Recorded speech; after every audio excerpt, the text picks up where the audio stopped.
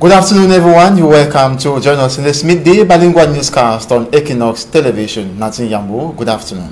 Bonjour, Innocent Azé, mesdames et messieurs, merci d'avoir choisi Equinox Télévision. En ouverture de ce journal, ce drame, un jeune élève se suicide après son échec au BEPC. La scène se déroule au quartier Bagna, ici dans le 5e arrondissement de la capitale économique Douala. Le jeune Tinda Cabrel, âgé de 16 ans, a donc choisi de mettre fin à ses jours en buvant de l'eau du Javel. Nous y reviendrons dans nos prochaines éditions d'information. Et toujours à Douala, les problèmes fonciers font rage. Du côté de PK21, les populations du 28, les populations du village Tondé sont en manifesté le mécontentement après l'annonce d'un déguerpissement de la terre par un particulier. Ce dernier donc envisage de réaliser un projet d'envergure. D'autres précisions avec Innocent Abega et Kediara. Les populations du village Tondé Carrefour, à PK28, sont en rogne et crient à l'expropriation de leurs terres. Nous avons fui toute la ville pour venir nous installer ici. Alors si maintenant on nous fait partir d'ici, c'est pour aller nous installer où? Si c'est le gouvernement qui nous enlève, nous ne sommes pas contre le gouvernement. Nous disons au gouvernement de venir, même pas nous consulter, mais de venir nous dire que nous vous enlevons ici. Quelqu'un ne peut pas venir comme ça, tout d'un coup arracher nos terrains comme ça. Nous ne voulons pas la guerre. Voilà pourquoi nous interpellons l'État pour venir encore. Voici encore un autre problème qui peut amener des gens à la révolte. Et c'est ce que nous ne voulons pas.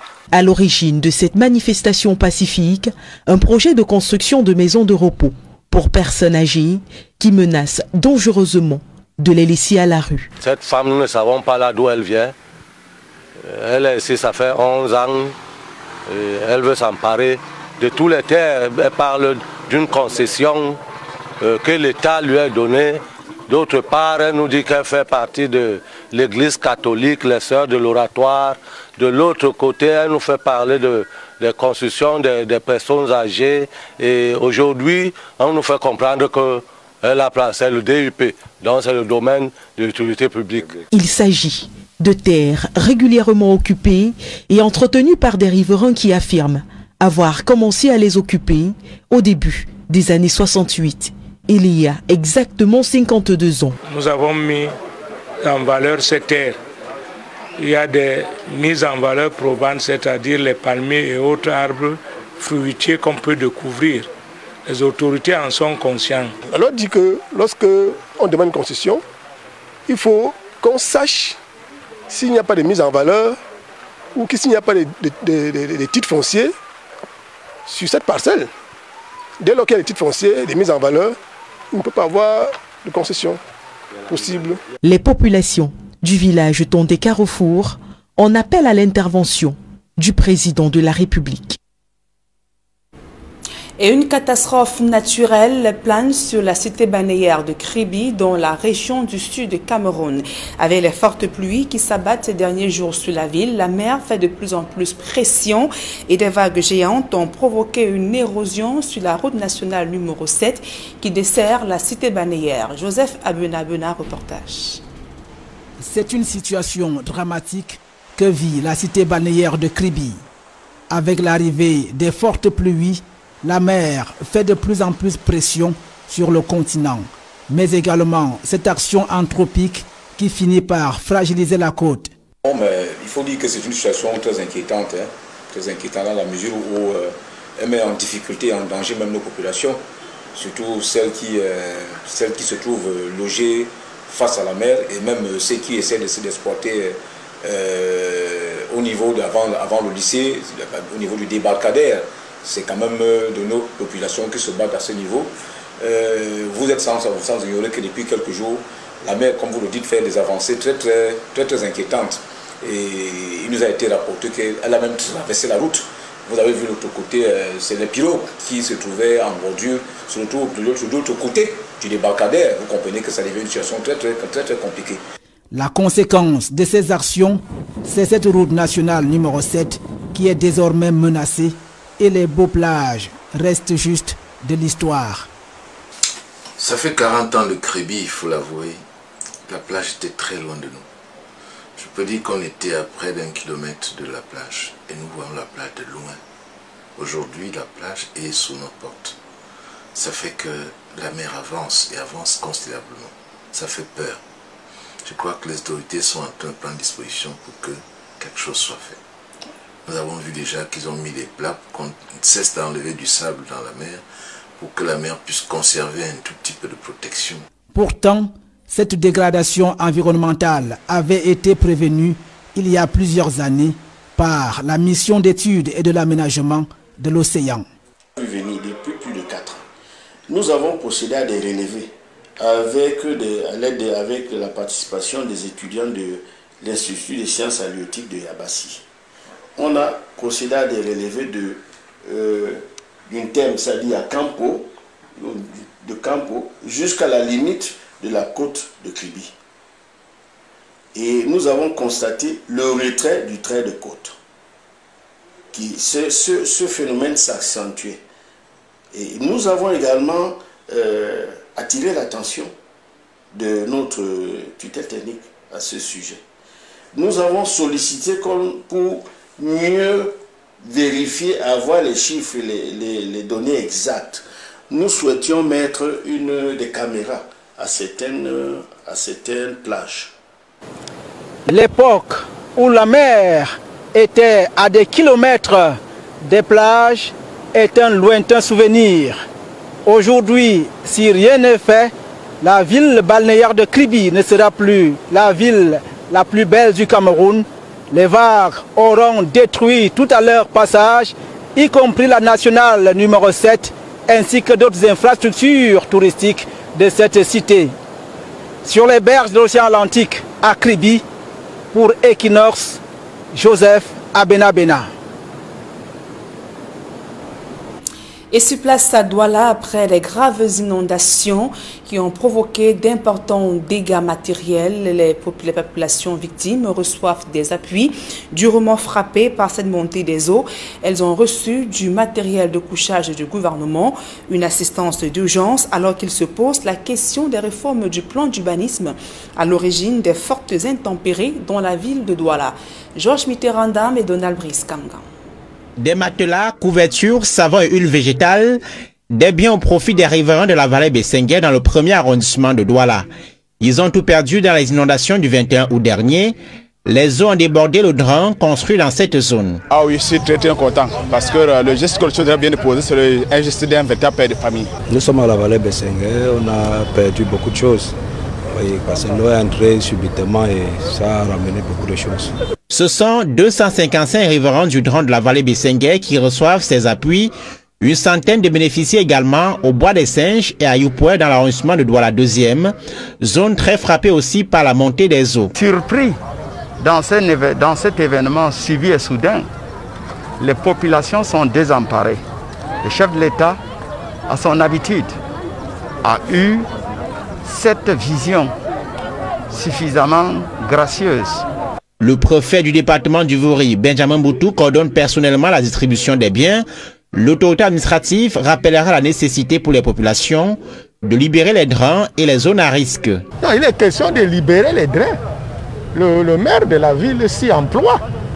Bon, c'est aussi l'occasion pour moi de toujours inviter les populations à respecter ce que les autorités locales leur disent. Hein? Nous leur apportons des conseils, mais bon, ça entre ici, ça ressort là. Là, le maire, il a décidé de faire libérer les drains. Bon, d'ici quelques jours, vous allez encore apprendre que oui, bon. Mais il faut le faire parce que nous préférons encore que les gens, à un moment donné, soient un peu courroucés. Mais il vaut mieux les avoir courroucés que de les avoir morts. Les violentes inondations du 21 août ont affecté environ 5000 personnes à Douala, d'après des données officielles. Alors que la météo s'annonce toujours grincheuse, une cellule de veille régionale est sur pied.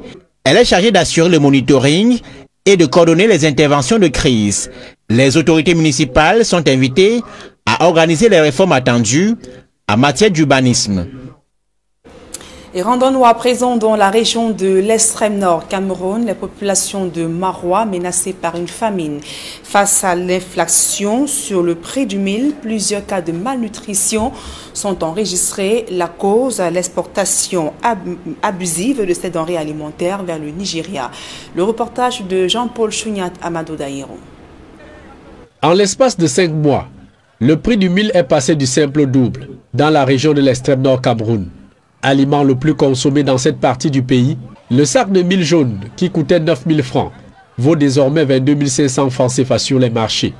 Dans certaines zones-là, un sac de mil à la récolte coûtait 6 000, 7 000. Actuellement, c'est 22 000. Je prends l'exemple du maïs. Un sac de maïs, maintenant, là, c'est 22 500.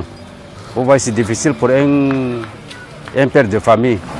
Donc c'est pourquoi la famille est entrée partout, mais on n'arrive plus à se nourrir. Dans la ville de Marois, les ménagères n'en peuvent plus. Elles aussi, dépassées par cette hausse vertigineuse du prix du mil jaune qui impacte sur sa vente au détail. La tasse de mil jaune vend à 300. La tasse de mil rouge vend à 200. C'est pour cela qu'on préfère de manger le mil rouge, parce qu'on ne dispose pas de moyens. Maintenant, c'est la famille qui se dessine à Marois. Et sur cette inflation devenue incontrôlable, producteurs et populations de l'extrême nord Cameroun accusent les commerçants étrangers qui lèvent les enchères sur le marché, achetant à prix d'or l'essentiel de la production locale de mil jaune. Au moment de la récolte, c'était à 10 000 francs, le sac de 100 kilos. Mais les gens de Mokolo viennent avec l'argent, ils achètent, ils ramènent ça directement au Nigeria. Donc c'est ça qui cause la famine. On a soumis les problèmes aux autorités, mais les autorités n'ont pas réagi. Le gouvernement est en partie responsable parce que nous avons libéralisé le commerce. On ne peut pas interdire. Oui, maintenant, chacun peut mettre son prix comme il veut. Le gouvernement n'a plus le contrôle sur le prix. Se contentant des miettes de mil jaune presque hors de prix dans les marchés, les ménages se ruent sur le mil rouge. Un produit de seconde zone dans la consommation céréalière, un aliment 2 fois moins nutritif pour les enfants. Nous, on vivrait comment? On vivrait comme les moutons. On vivrait maintenant comme les moutons parce que les enfants n'arrivent même pas à manger bien. Quand on dit que c'est les palus, ce n'est pas les palus. Chez nous, ce n'est pas les palus. D'abord, c'est des menaces parce que les enfants ne se nourrissent mal. Tout de là, on parlait de ça chaque fois. Les autorités n'arrivent même pas à résoudre ces problèmes. Nourris au mil rouge depuis des mois, des milliers d'enfants souffrent déjà de malnutrition. Le nombre d'hospitalisations ne cesse d'augmenter dans les formations sanitaires de la région. Si ceci encore amène certaines complications à certains enfants qui ne sont pas habitués à manger du mil rouge, donc ils développent d'indigestion, de diarrhée, de constipation, ce qui est en train d'amener des enfants à l'hôpital à cause du changement du repas. Et face à une exportation sauvage d'un mil jaune riche en éléments nutritifs et vitamines nécessaires à la croissance des enfants, l'extrême nord redoute une famine généralisée qui pourrait décimer les populations de cette partie du Cameroun. Non, la famine se dessine parce que même le climat ne nous permet pas. Jusqu'à présent, il ne pleut pas ici. Vous voyez que les prix vont continuer à grimper parce qu'il ne pleut pas. Et si l'État ne fait pas quelque chose pour ça, ça va aller plus que ça. Ça, c'est clair là-dessus. Pour combattre la surenchère autour de la commercialisation frauduleuse du mil jaune, la délégation du commerce pour l'extrême nord a pu faire ce qu'elle peut. Hélas, le phénomène persiste. La difficulté que nous avons observée lorsque nous tentions de mettre hors d'état de nuire les Nigériens qui procédaient à des achats massifs, c'est qu'ils ont des interfaces camerounais. Et la difficulté, c'est que généralement, ils n'avouent pas leur filiation avec ces Nigériens. Alors, nous sommes obligés de procéder à des enquêtes avec le concours des forces de maintien de l'ordre et autres. Inquiets désormais pour leur survie, pour les jours à venir, les populations de l'extrême nord Cameroun appellent le gouvernement de Paul Biya à accorder des subventions aux agriculteurs en vue de garantir une production à grande échelle du mil jaune dans toute la région. On fait des tracteurs, les tracteurs restent au niveau de Yaoundé. Est-ce qu'à Yaoundé peut nourrir le Cameroun? On dit agriculture de seconde génération. Et quand on continue à labourer avec les charrues, les bœufs, là, on va atteindre la seconde génération comment? Du moins sur les tendances inflationnistes autour du mil jaune dans l'extrême nord Cameroun, les populations tiennent pour principaux responsables les autorités administratives véreuses et clientélistes qui laissent la loi du marché imposer la famine et la misère aux populations qui qui mangent désormais une fois par jour au lieu de 3 repas journaliers, comme ce fut encore le cas dans un passé récent. C'est avec ce reportage que nous mettons un terme à la première partie de ce journal. La suite, c'est en langue anglaise avec vous, Inon Senazi. Thank you, Nazin Hiambo. Good afternoon once more to you, viewers. Thanks for staying with us. A 16-year-old boy, Ichinda Cabral, who lives at Sabri Bonamusaji here in Douala, has taken away his own life for failing the 2020 BPC exam of the French subsystem of education. He gave up the ghost at about 10 p.m. yesterday after consuming a quantity of the toxic detergent commonly called eau de javel. He dies on the way to the Lakentini hospital, and that was after some hospitals largely rejected receiving him for medical care, questioning that or doubting if he was free from the COVID-19, which has been claiming lives in the economic capital and other cities in Cameroon. We will be keeping you updated. And now we take you to Mulang, a locality in Bamenda, chief town of the northwest region of the country, where tension has characterized the neighborhood since the early hours of this Wednesday. That is due to military reinforcements as a result of a rescue soldier who was killed yesterday in an attack launched by separatist fighters, and the military have simply invaded the locality this morning, causing a lot of panic. Details with our correspondent Takan Frederick. There have been intensive shooting this morning around Mulang, a quarter in Bamenda. Some inhabitants told us that the army is busy hunting armed fighters who alleged killed a soldier working with the army rescue unit yesterday.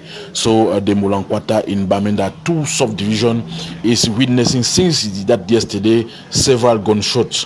Military have stormed the quarter in search of separatist fighters. Also, several bikes were burned around that area. Some store also. Some inhabitants are crying the excesses of the army during this operation. As speaking now, there is relative calm, but we are not able to move to Mulang.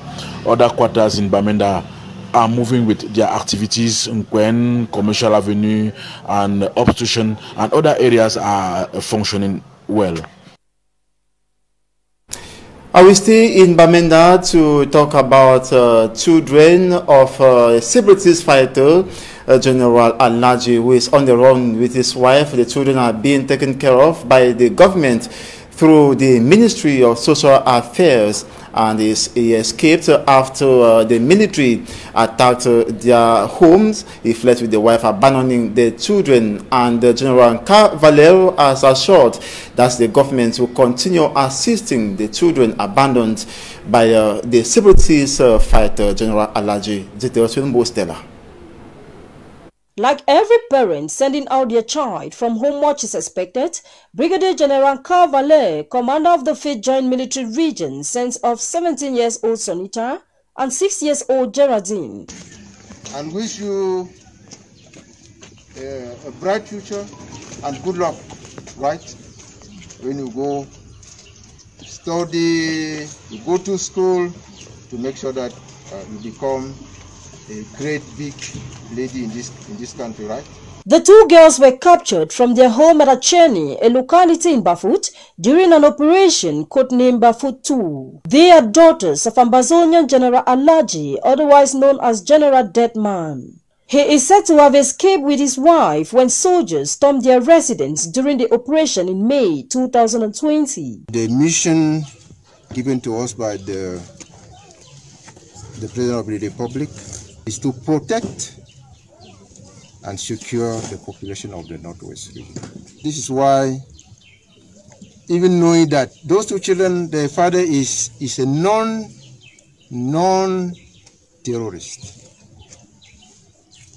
we said, let us take care of them.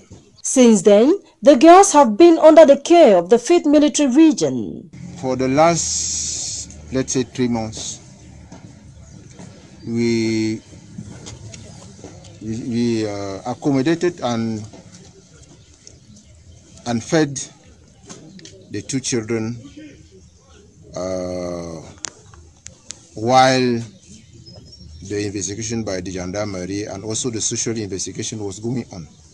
Under normal circumstances, the girls will be in the care of the Delegation of Social Affairs. Madame Rebecca Nkwate, Northwest Regional Delegate for Social Affairs, says they are lucky the hierarchy of the military stepped in as their service lacks the appropriate facilities. We don't have all it takes to handle these children because the first main thing that they needed, if they were handed to me that same day, was space, a lodging. Because we don't have a center for children in distress in the Northwest region, we would have been handicapped. We have had cases that have come to us and we get stranded looking for where to place them. Today, the girls are happy to regain normal life. For a long time, Geraldine has not been in the company of her age mates. With the ongoing armed conflict in the Northwest region, Madame Rebecca is concerned about the well-being of internally displaced persons in particular, most of whom are in urgent need of support from her ministry. I've already launched an appeal to my minister and I think that they are trying to study it. But I want to launch an appeal to the Reconstruction Committee that in planning reconstruction in the Northwest, they should consider this need, not only a center for children in distress, but a center for persons in distress. Most of the IDPs, when they come to us and their first need is lodging, they are really handicapped. Sonita will be completing her training in hairdressing.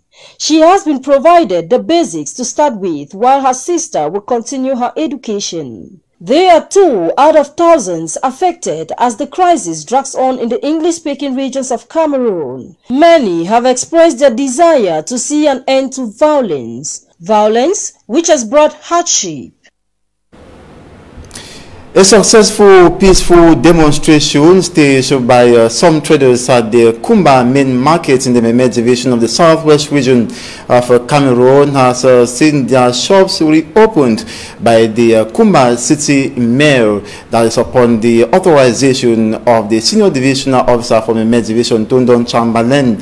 And yesterday, women moved to the office of the senior divisional officer, begging him to instruct for the unsealing of their shops as they were sealed, as they were respecting the usual ghost town days instituted by separatists every Mondays. Details in the full report by Immaculate Fogwe.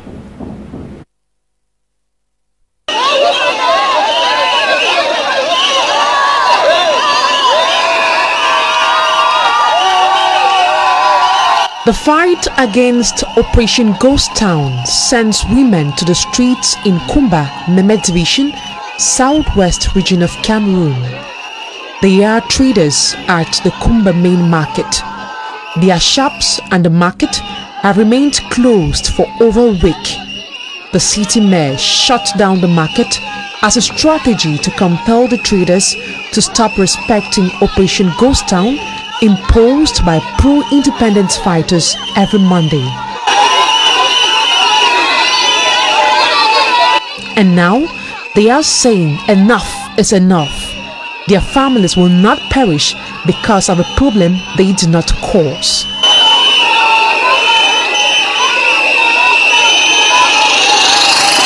Unable to enter the premises of the Kumba City Council, they marched to the palace of Fon Ekoko Mukete. In the absence of the paramount ruler of the Bafors, the angry women were received by his father, Senator Fon V.E. Mukete. He invited the city mayor for a consultation in view of solving the plight of the protesters.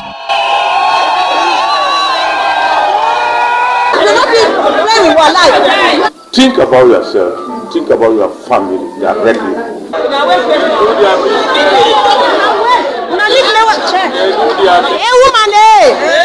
Go unseal the stores.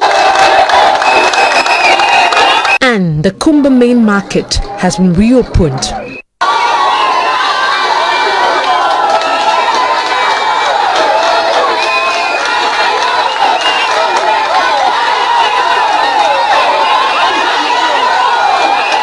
the sealed shops unsealed. However, the city council remains determined to put an end to the phenomenon of ghost town in Kumba. When I go open my stores them next week.